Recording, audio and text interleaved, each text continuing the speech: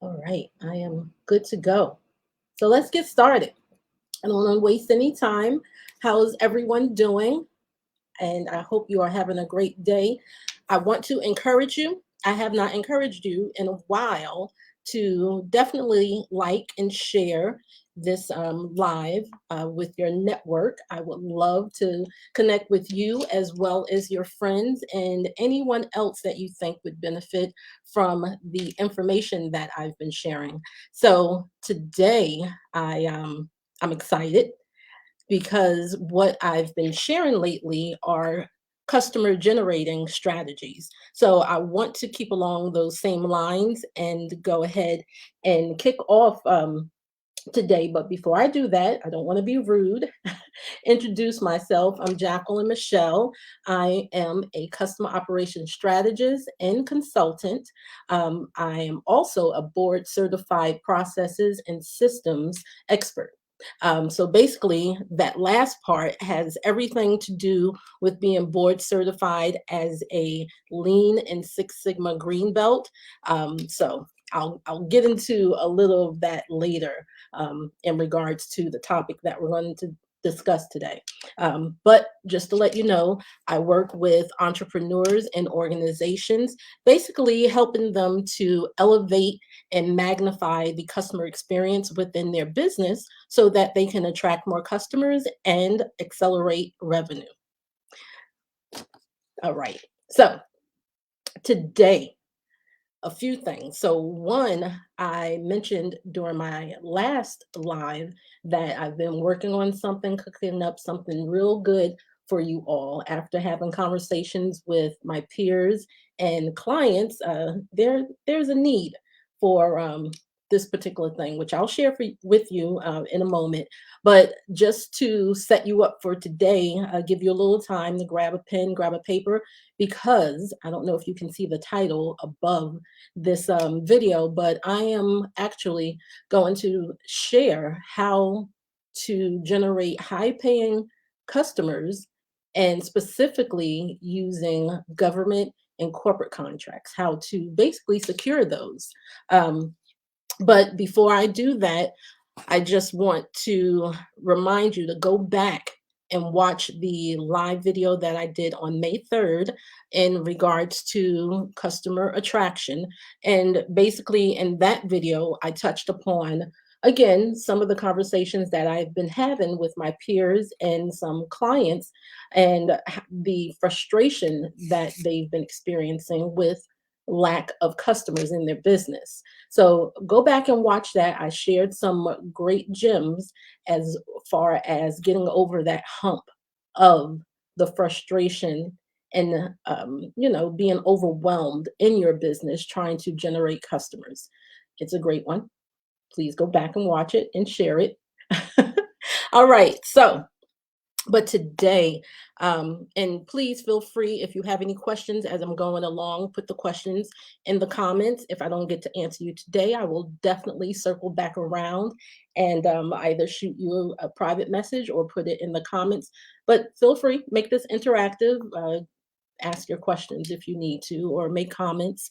And but yeah, today I get questions because some time ago I shared that I secured government contract as well as corporate contract, and that is pretty huge in the entrepreneurial world, especially government contracts. That seems to be a little secret out there, a little hush hush. People don't talk about that much, but today I'm going to go ahead and reveal some of the quote unquote secrets to get you set up so that you can secure those corporate and government contracts and start generating those high paying clients.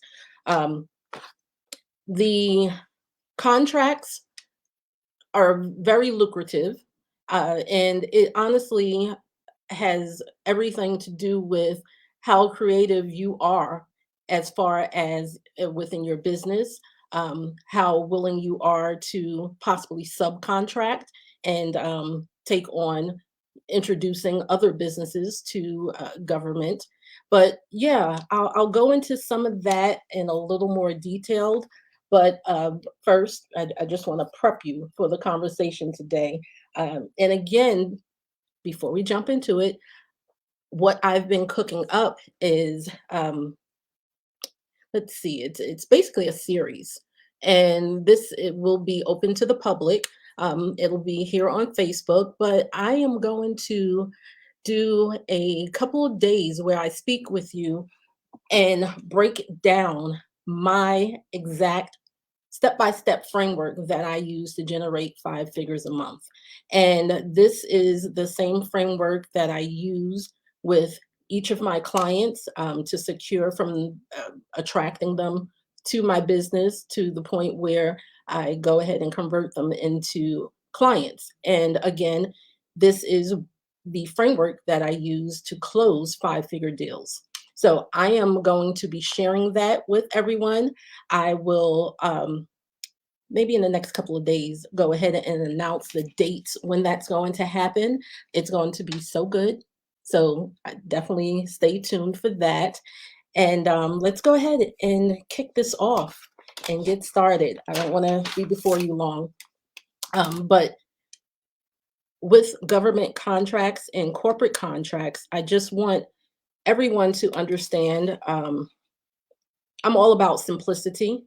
So when others may shy away from corporate and government contracts, for me, once I start digging into something and researching it, I'm all about how do I simplify this, and then also what's coming out of all of that as I'm doing my research is I'm seeing correlations to small businesses and how to easily go ahead and convert the corporate or the government entity agency into an actual paying client.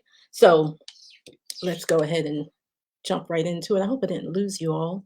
I clicked something here, but I'm going to keep going.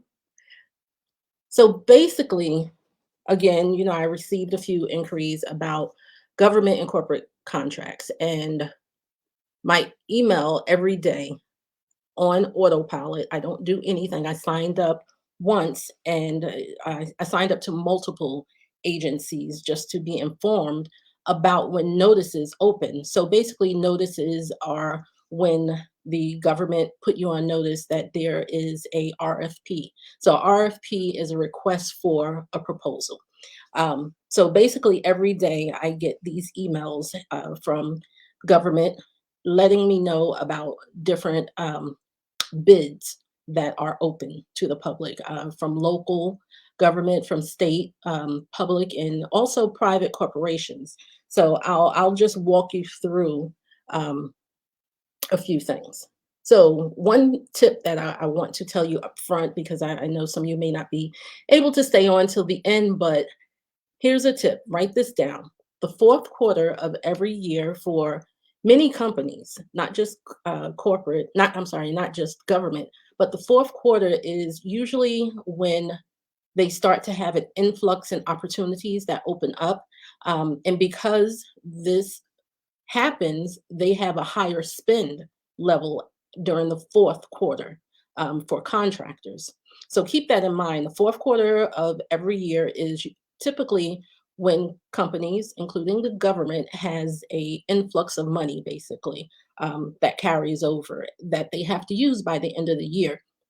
And what happens is they open up bids. A lot of the bids become expired, so to speak, during the fourth quarter, and they open these back up to the public. Now, some bids do not go to the public, but there are quite a few that do.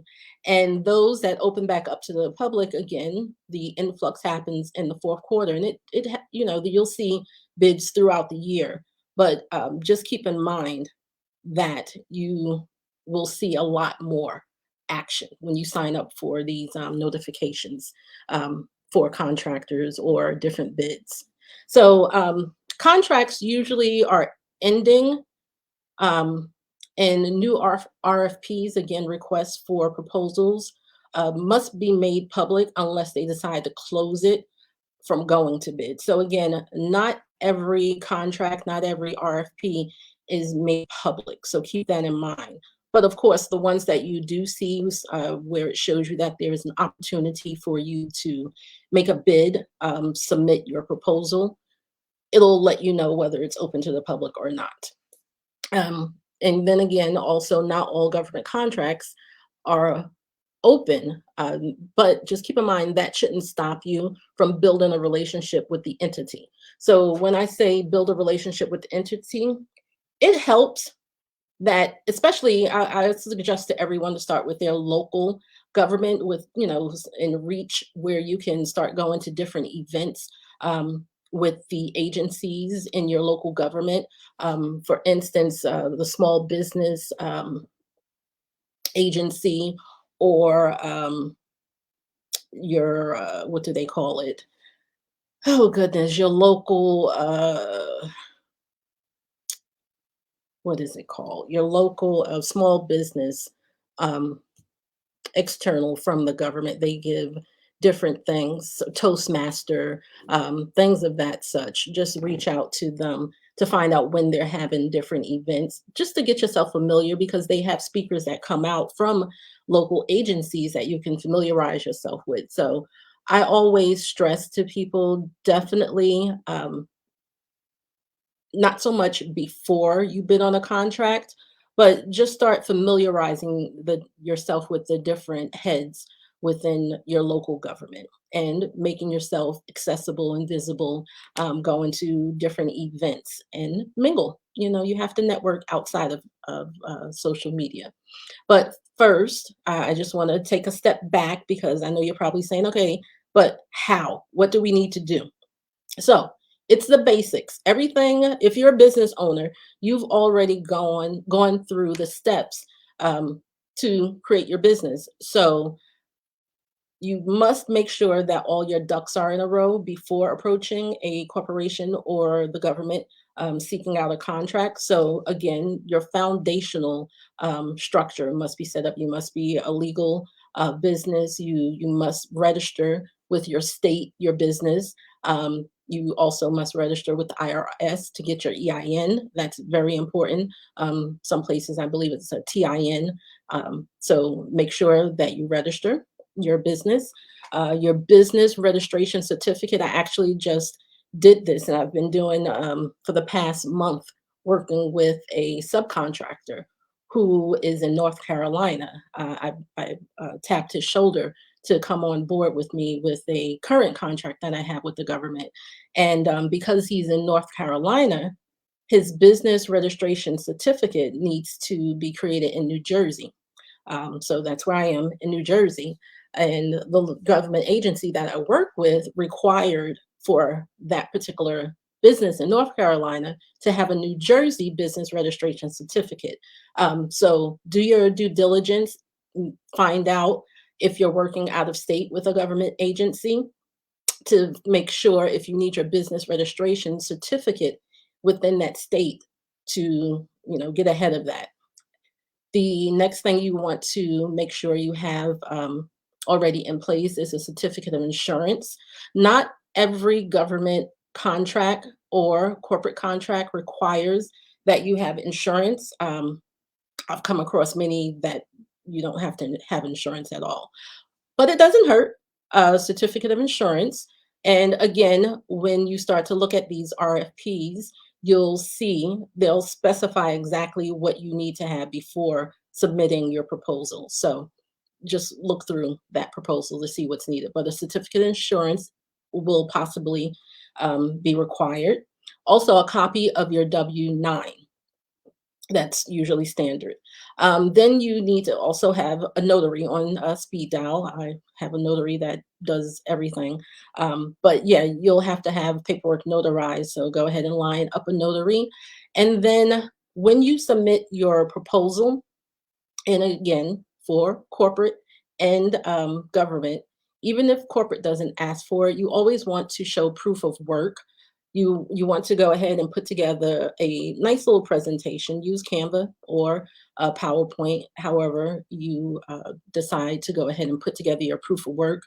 Yeah, you want to do your references within there, as well as testimonies. Those are huge, especially when you're showcasing your previous work to these corporate entities as well as to the government. And then a financial statement. So this is something else that's not always required, but sometimes they may ask for it. So financial statement, just have it prepared. So I also highly recommend that you get I touched upon there's a business certificate from the state to become certified. So now, when you get your business registration certificate here in New Jersey, what you can do is go ahead and apply to be a certified small business enterprise, a minority woman owned business enterprise. And then also, if you're a veteran, you can go ahead and sign up to be a veteran disabled business owner enterprise. So those are always great to have in your back pocket, especially with corporate and government contracts, which is what we're covering today. Be certified as a minority woman owned business was a big celebration for me, as well as a small business enterprise.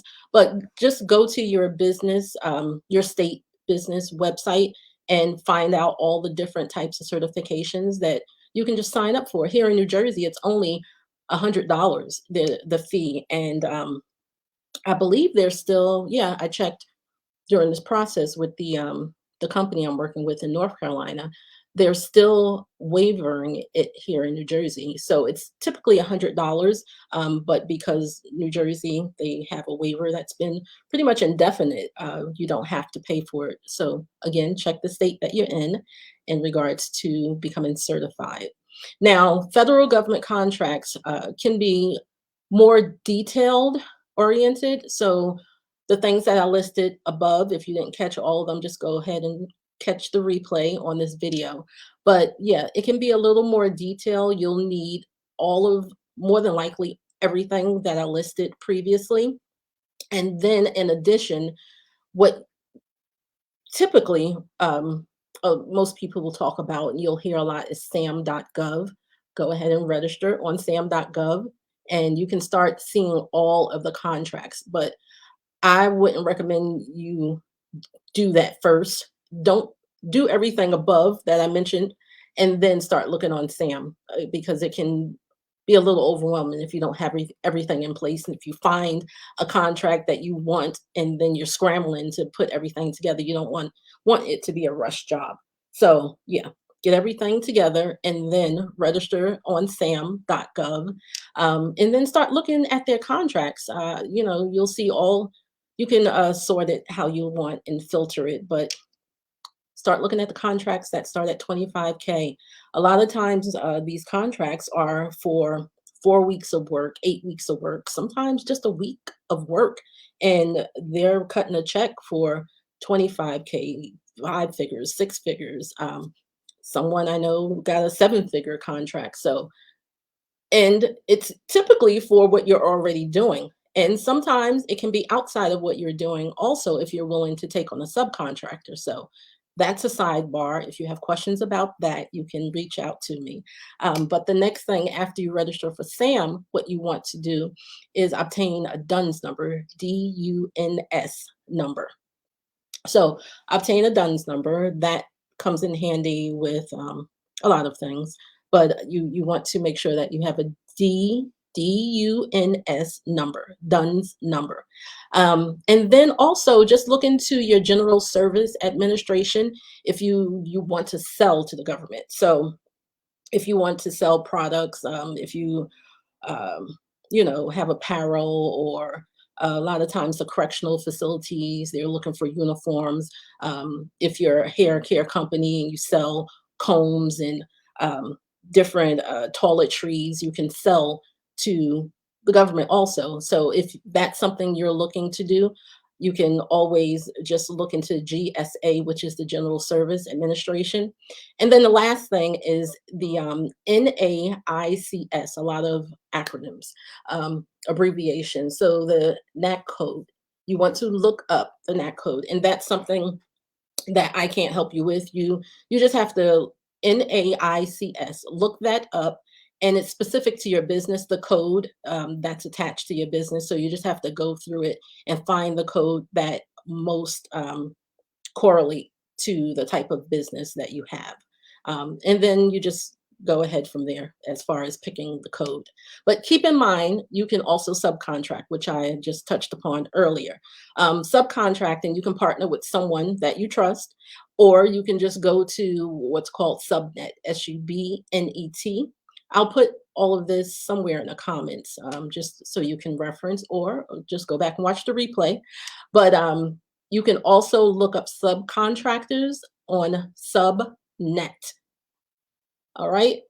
So go register now to start looking at RFPs. There's no reason, if you are a business owner who's looking to secure high paying clients and customers, you don't have to always do these one off with individuals. Just always be creative. I started out saying I'm always looking for simplicity and the simple route to do things. This, to some people, may not be simple, but honestly, once you have everything lined up within your business as a legal business, there's no reason you cannot secure a government or corporate contract. There isn't any.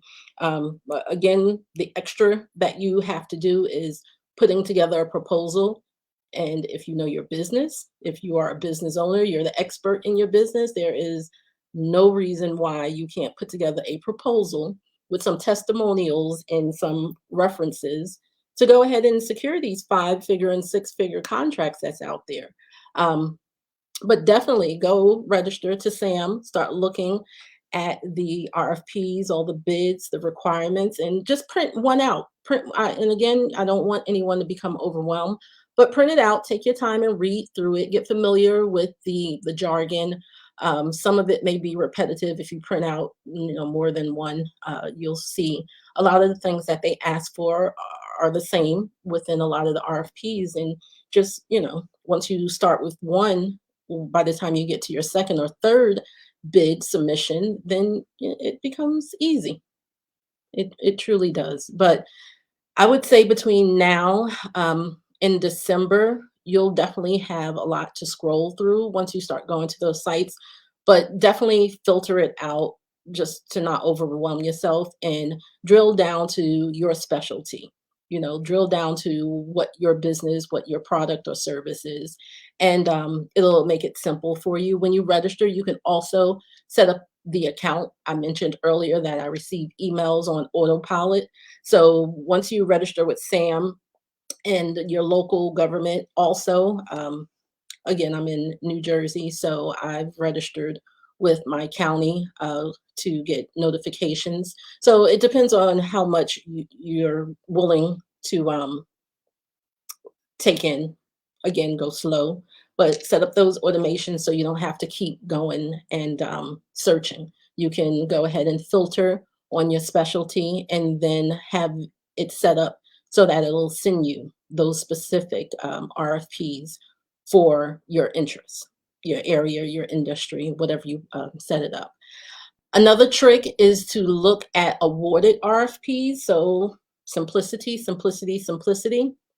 I like to look at the ones that people have already won, because you'll see that too. Everything is visible to you. But I like to look at the ones that people won already, that are close, either exactly within my industry or close to what I do. And you'll see who won the bid. And yeah, sometimes you can reach out to them. And if you want to ask questions, explain to them that it's your first time and see if they're willing to take you on as a mentor. But again, that's completely up to you. But you can see who won the bid and how much they won the bid for. Just a sidebar, keep in mind when bidding on government contracts, the government goes with the lowest bid. Okay. So that's a reason why I tell you to look at what was awarded in the past so you can familiarize yourself with the range in which the person or the company that won the bid, what was their bid. So if you do submit a bid, you can already have an idea of that bidding range, so you don't outbid yourself. You don't want to underbid and undervalue what your service or product is. Definitely never do that. Um, but just keep in mind that the government goes with the lowest bidder. Okay, so yeah, and also not only the lowest bidder, they go with lowest bid, one, and then also you have to meet all the qualifications. So it's twofold: lowest bid and meet all the qualifications.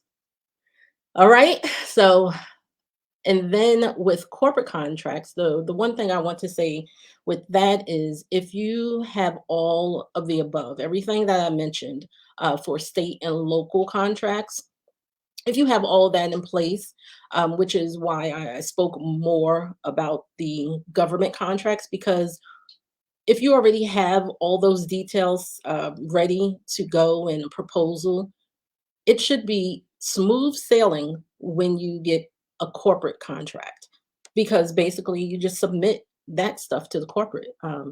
Yeah, make those connections with the corporate, the person in charge. Usually it's HR.